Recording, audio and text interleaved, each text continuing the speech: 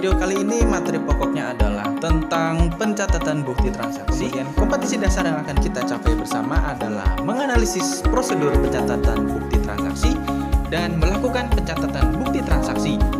Indikator pencapaian kompetensinya, di video ini kita akan bisa menjelaskan pengertian transaksi, kemudian menguraikan analisis bukti transaksi, dan menjelaskan jenis-jenis bukti transaksi. Untuk indikator pencapaian kompetensi yang keempat akan saya buatkan materinya pada video part 2. Oke, kita mulai saja ya. Pasti teman-teman pernah melihat 3 benda ini. Ada struk belanja supermarket, nota kontan, ada juga kwitansi. Biasanya teman-teman kalau belanja di supermarket terus dapat nota atau struk, kadang dibuang begitu saja ya, tanpa mengecek atau mengecek apakah barang belanjanya sudah jelas sesuai dengan transaksi atau tidak. Tapi itu kadang orang Indonesia suka ceroboh di situ ya. Padahal benda-benda tersebut adalah bukti transaksi yang sah, yang valid. Apalagi kalau perusahaan telah melakukan pembelian barang atau penjualan barang, itu harus disertai bukti-bukti transaksi, karena itu sebagai pencatatan yang historis, periodik. Jadi bukti transaksi adalah bukti yang tertulis atas setiap kegiatan transaksi suatu perusahaan atau bisnis, perusahaan perorangan atau bisnis perorangan sampai perusahaan yang besar. Kemudian bukti yang menyatakan baru saja terjadi transaksi antara dua pihak yang mengakibatkan berpindahnya uang atau barang. Jelas ya, ada perpindahan uang atau barang antara pihak satu dengan yang lain, itu merupakan proses transaksi. Begitu juga bukti itulah yang dijadikan dasar bagian akunting untuk mencatat kegiatan ekonomi perusahaan. Kita belajar di bisnis daring dan pemasaran tidak luput dari kegiatan-kegiatan akunting, hitung-hitung, catatan-catatan, transaksi keuangan, dan sebagainya. Nah, bukti transaksi itu dibagi menjadi 2 bagian. Ada bukti intern dan bukti ekstern. Kalau bukti intern adalah bukti transaksi yang terjadi di dalam perusahaan tersebut. Jadi segala transaksi masih di dalam satu perusahaan atau korporat. Biasanya bukti transaksinya itu berupa memo dari pimpinan atau orang tertentu. Dan juga memo tersebut dibuat sebanyak 2 lembar atau 2 rangkap. Di situ sudah saya berikan contoh memo dalam satu perusahaan. Ini transaksi semuanya menggunakan memo. Ada juga transaksi internal menggunakan kwitansi, ada juga yang menggunakan bukti-bukti yang lain. Kemudian yang kedua adalah bukti ekstern. Artinya bukti transaksi yang terjadi antara 2 perusahaan atau lebih, ya, perusahaan yang ada di luar perusahaan kita, eksternal atau pihak luar. Nah, biasanya itu bukti transaksinya bisa berupa faktur, nota atau nota kontan, kemudian kwitansi, ada nota debit, nota kredit, dan juga cek maupun ada biliet giro. Nah, biasanya juga bukti transaksi yang dibuat atau yang dicatat itu harus dijadikan sebagai dokumen pencatatan. Itulah mengapa kalau sebagai seorang pengusaha, seorang entrepreneur, bukti transaksi itu jangan sampai kececer bahkan hilang. Sekarang saya akan jelaskan bukti-bukti transaksi eksternal. Yang pertama adalah kwitansi. Kwitansi adalah bukti transaksi pembayaran yang ditandatangani oleh penerima uang. Ya, ingat, ditandatangani oleh penerima uang. Biasanya kwitansi itu dibuat 2 rangkap. Nah, lembar asli itu diserahkan kepada pembayar, kemudian lembar salinan atau yang disebut sebagai SUS itu sebagai dokumen pencatatan bagian akuntansi. Dan juga kwitansi itu selain dibubuhi tanda tangan, harus dibubuhi cap dan materai sebagai bukti transaksi yang sah. Kwitansi biasa dipakai misalnya untuk membayar uang kebersihan, membayar uang keamanan, membayar fee, membayar jasa, dan sebagainya. Ya, jadi kwitansi sebenarnya lebih mendekati kepada produk jasa, barang juga bisa. Yang kedua adalah cek. Cek itu adalah surat perintah untuk mengingatkan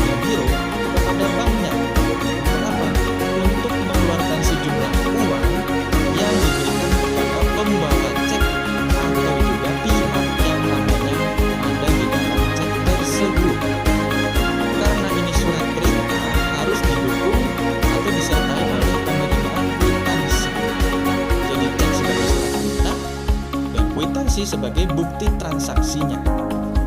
Cek terdiri dari 2 lembar, yang adalah lembaran utama dan juga lembaran struk atau bonggol ceknya. Yang ketiga adalah bilet giro. Sama halnya dengan cek. Jadi bilet giro ini adalah surat perintah pemegang rekening giro kepada banknya untuk apa? Untuk memindah bukukan sejumlah uang kepada nama pihak penerima ataupun nomor rekening yang telah ditetapkan atau ditujukan. Jadi bedanya cek dengan bilet giro yang jelas di sini adalah kalau cek itu berupa pencairan uang, tetapi kalau bilet giro adalah pemindah bukukan sejumlah uang. Tetapi juga di bilet giro uang juga dapat dicairkan. Ada 2 tahap proses bilet giro untuk mencairkan uang. Tahap clearing untuk penarikan dalam kota yang sama dan tahap inkaso untuk penarikan luar kota lain. Kemudian yang keempat adalah faktur. Faktur adalah bukti transaksi pembelian atau penjualan dengan sistem pembayaran kredit ataupun cicilan di situ. Faktur diserahkan kepada pembeli bersama dengan barang yang dijual. Nah, misalnya saya beli laptop harganya 1 juta, dan di situ ada cicilan sebanyak 12 bulan. Saya mendapatkan faktur pembelian yang diserahkan kepada penjual.